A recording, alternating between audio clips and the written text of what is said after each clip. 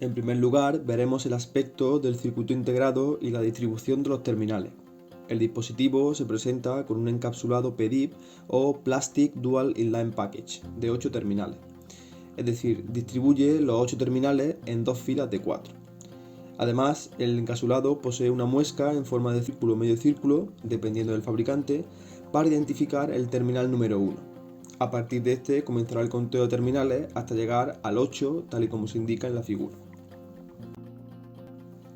Algunos terminales del circuito integrado tienen funciones bien definidas para su funcionamiento, mientras que la función o conexión de otros pines con circuitería externa dependerá de la aplicación. Los terminales 4 y 7 se emplean para proporcionar la tensión de alimentación que el dispositivo necesita para su funcionamiento y deben usarse para cualquier tipo de aplicación. En nuestro caso proporcionaremos siempre más 15 voltios al terminal 7 o alimentación positiva y menos 15 voltios al terminal 4 o alimentación negativa. Emplearemos para ello la fuente de tensión continua configurada en modo serie.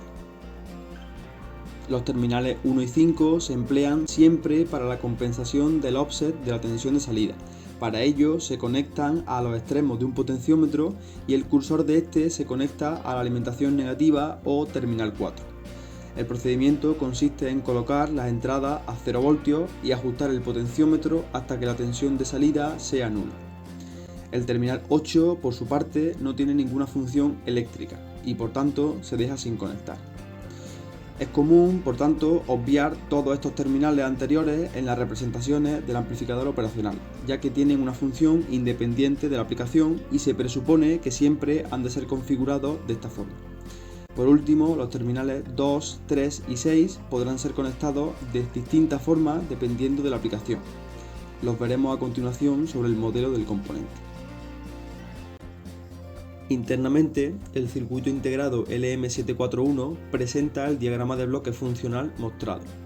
Como se puede apreciar, se trata de un sistema complejo formado por varios subsistemas, como un espejo de corriente o un par diferencial, entre otros. Es por esto por lo que se empleará un modelo simple del componente que describa su comportamiento con la precisión necesaria. Esta metodología es habitual en electrónica, ya que muchos de los componentes empleados son complejos de analizar sin una simplificación o no poseen un comportamiento lineal, siendo necesario emplear un modelo linealizado en el análisis de los circuitos. El modelo del componente consta de una fuente real de tensión a la salida, o terminal 6, controlada por la tensión diferencial de entrada VI, de ganancia AVD y resistencia de salida RO. Además, existe una resistencia RI entre la entrada inversora o terminal 2 y la entrada no inversora o terminal 3. Para el uso de este modelo en el análisis de los circuitos, el fabricante proporciona el valor de todos estos parámetros en la hoja de características del circuito integrado, tal y como se muestra en la figura. Así, a grandes rasgos, podemos observar una corriente de polarización del orden de nanoamperios, una ganancia muy elevada en lazo abierto de valor 200 voltios por milivoltio o 200.000, una resistencia de entrada que oscila entre los 300 kiloohmios y los 2 megaohmios, lo que permite asumir que el amplificador operacional no actúa como carga, al poder despreciar la corriente de entrada respecto al resto de corriente del circuito, y una resistencia de salida moderada de 75 ohmios, pudiendo así aproximar la fuente de tensión real de salida por una fuente de tensión ideal. El primer circuito corresponde al amplificador inversor. Recibe este nombre debido a que la tensión de salida tiene signo opuesto a la tensión de entrada o está en oposición de fase. Comienza configurando el generador de funciones en alta impedancia o high Z para generar una tensión de salida sinusoidal de 1 voltio pico a pico y 1 kHz de frecuencia. A continuación, ajusta el escala vertical y horizontal para visualizar correctamente la tensión de entrada en el canal 1 y la de salida en el canal 2.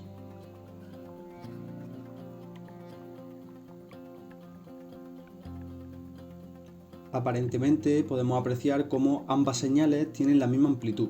No obstante, la escala del canal 1 es 10 veces inferior a la del canal 2, lo que refleja la ganancia de 10 del amplificador diseñado. Otra forma más precisa de determinar la ganancia es medir la tensión pico a pico de ambos canales en el menú Medida. De esta forma podemos comprobar cómo el cociente es de aproximadamente 10. Seguidamente aplica la misma señal anterior a la topología de amplificador no inversor diseñada con ganancia 23. Ajusta la escala vertical y horizontal para comprobar que ahora la tensión de salida está en fase con la tensión de entrada.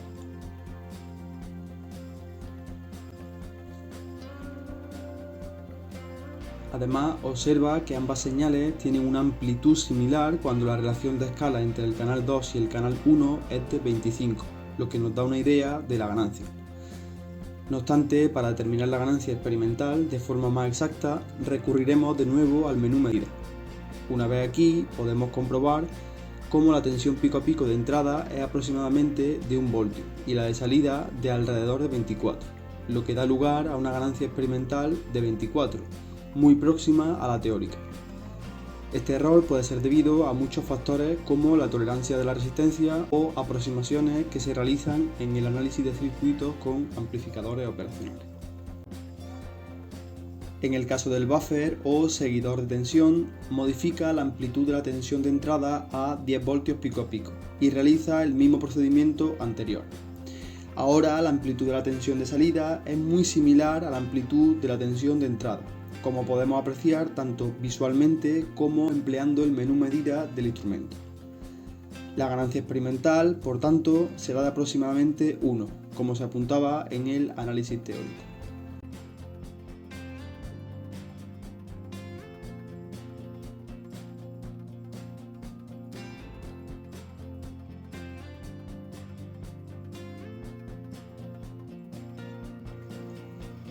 A continuación, empleando la topología de seguidor de tensión anterior, aumenta progresivamente la frecuencia hasta apreciar los efectos de distorsión producidos al alcanzar el slew rate del dispositivo.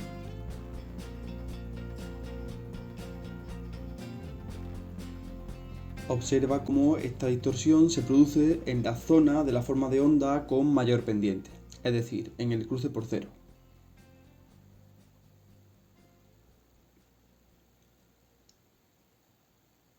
Modifica la frecuencia con el mando multiuso del generador para obtener el valor de frecuencia en el que empieza a producirse este efecto y anótalo.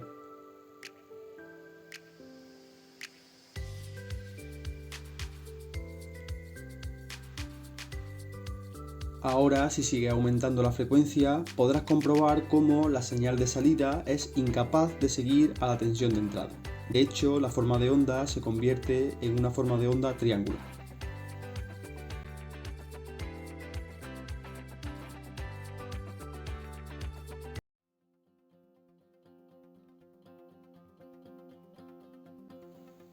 Finalmente, determinaremos el valor del slew rate experimental del dispositivo.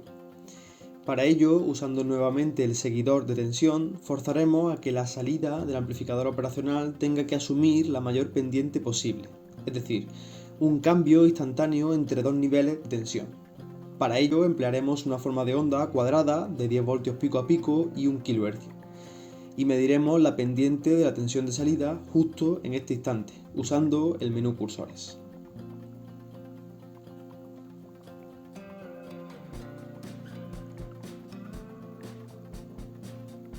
Se puede apreciar cómo la tensión de salida no es capaz de seguir a la tensión de entrada en este instante. Por tanto, el valor de esta pendiente será el máximo que puede proporcionar el dispositivo. Esto es, el slew rate que estábamos buscando.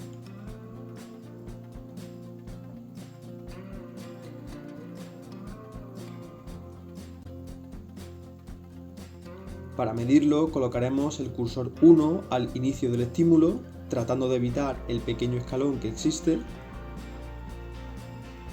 y el cursor 2 cuando la tensión de salida haya alcanzado a la tensión de entrada.